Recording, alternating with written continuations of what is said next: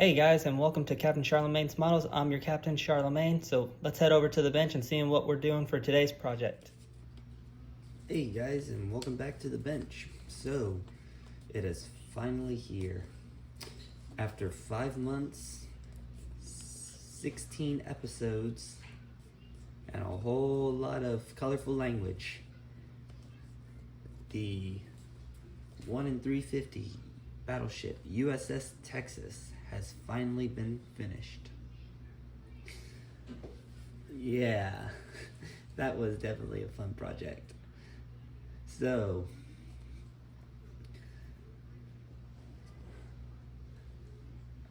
I thought that with that being all said and done, that something I could do for you guys is give you guys a couple facts about her. Because while I knew some things, I thought, why not look at a few more, since she just finished her hull repairs in dry dock and is now getting ready to go through some TLC for parts of her inside and her superstructure. So I wrote down some facts to you guys. So she and her sister, USS New York, were the first of the 14-inch armed warships of the US Navy. Before her was the Wyoming class, which were 12-inch guns. Apparently, somehow the US Navy was finally able to persuade Congress that no, you cannot beat the enemy with only 12-inch guns by putting more and more on a ship. But I'm guessing that was also mainly because of the British launching the Orion class super dreadnoughts with 13.5-inch guns. So, like the Orions, the New Yorks were also super dreadnoughts. She was commissioned on March 12, 1914, and together with her sister would be the most powerful warships in the world until December 22nd, when the HMS Queen Elizabeth was launched. So for a span of a few months, the US Navy technically had the most powerful warships in the world, even though there was only 2 of them. While the British held a lot more ships that could be in more places than just Texas and New York. She saw action in the Second World War and shelled Vichy French forces in North Africa. She took part in the D-Day landings and participated in the battles of Iwo Jima and Okinawa. And I believe there's a very colorful scene in, I believe it's called Band of Brothers, where it shows the landing of Iwo Jima, and you see Texas opening fire. I could be wrong, and that could be her sister. I would have to look again later. She is the only battleship that served in both world wars left. Yeah, because, well, everybody's aware of the injustice that was what happened to HMS Warspite. If she was still around, we'd technically have 2. And finally, what fact could I give?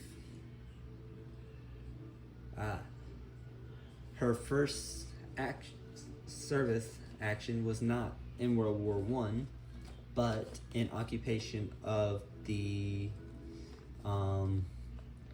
Mexican city of Veracruz, because at the time before the US got involved in World War I, it was dealing with problems with Mexico. I believe it was, I forget the whole incident because I haven't really read up on it, but the US got involved, and so Texas's first action was that of occupation. Oh, and another fact I just remembered. She served as flagship to Admiral Ernest King when he was in control of the Atlantic Fleet before he was moved to the, I believe it was staff of Admiral I forget his name, but it was right before the U.S. got involved in World War II, but had the Atlantic Fleet all set up and ready, with Texas being his flagship, which, funny enough, only had one war plan, and that was for war with Mexico. So, after all those colorful facts, what was it like? Well, this was definitely a fun build. There were some moments, some very colorful language, a lot of Coca-Cola, and a whole lot of planning that went into it. And I'm happy to say that all of that went extremely well. She built up quite well. There were some parts that weren't very easy to deal with, if not stubborn, such as her tripod. Those were a right pain to get them stuck due to how tight fitting they were.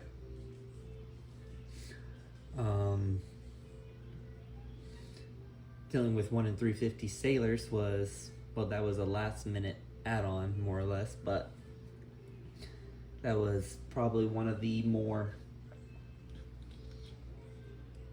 colorful episodes, trying to paint those messed up, paint them again, and then just stick them on. So before all that, but before that part with the sailors, everything went pretty much well. She built up quite well. There was very few places that required any kind of filling due to gaps.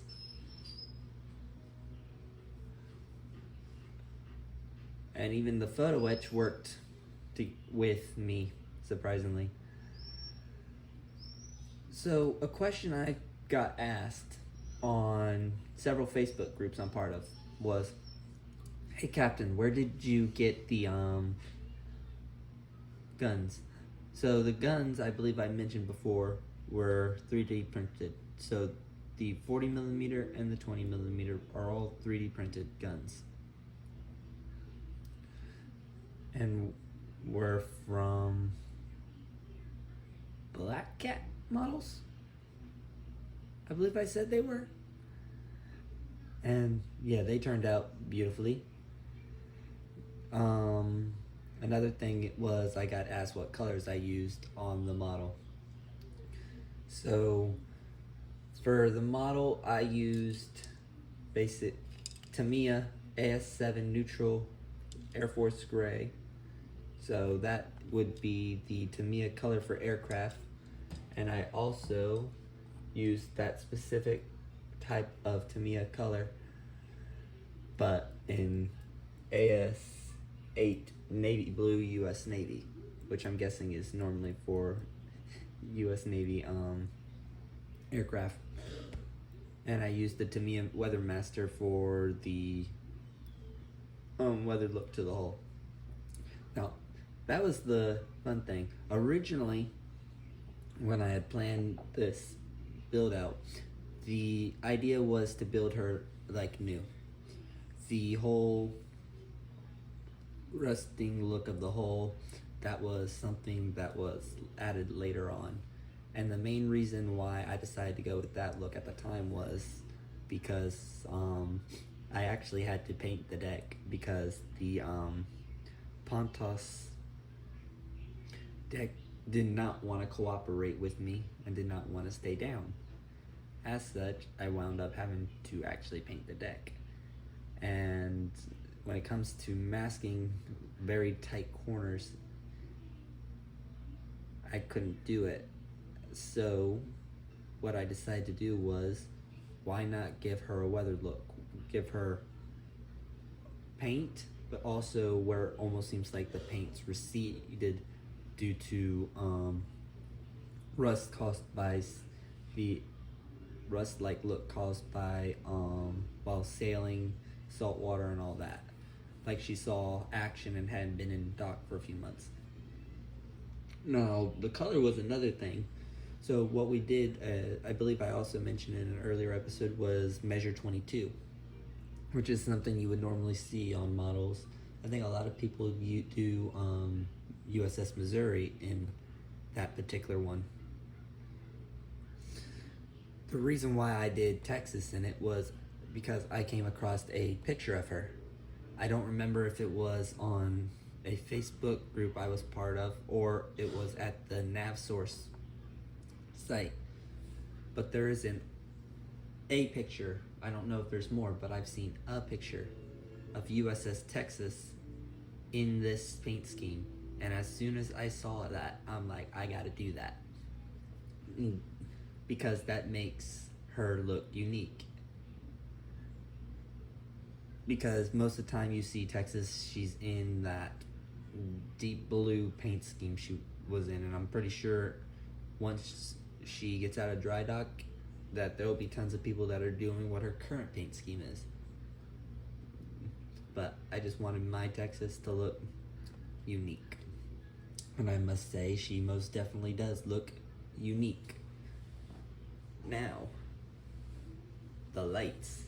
Yeah. So USS Texas is the first model warship that I've lit. She is technically the second only ever model I've lit up. The first being a 1N1000 USS Excelsior, and that was built right before I started building Texas off the channel. In fact, that was before I really got the channel started going, was the Excelsior build.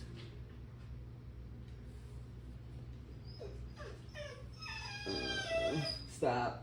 Sorry. The dog. And, well, that was definitely a fun and entertaining idea to light up the model. But I thought I'd show you guys the lighting up of the battleship. So, plug her in, and voila, she has life. Now, the original plan was for some lights to be able to move up into here, but apparently I messed up somewhere along the lines, and it didn't happen. But that didn't discourage me. She came out beautifully. She came out looking pretty much just as I wanted her to come out. There were a few minor instances, but she still came out like I wanted her to. Overall, how would I rate this build? Well, aside from the fact that a number of people have often called her a inaccurate, which, okay, I'll give them that is technically true. You would need some work to make her look as she actually does, but it's a model.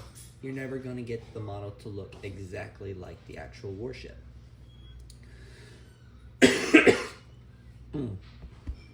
Unless you're very good at scratch building.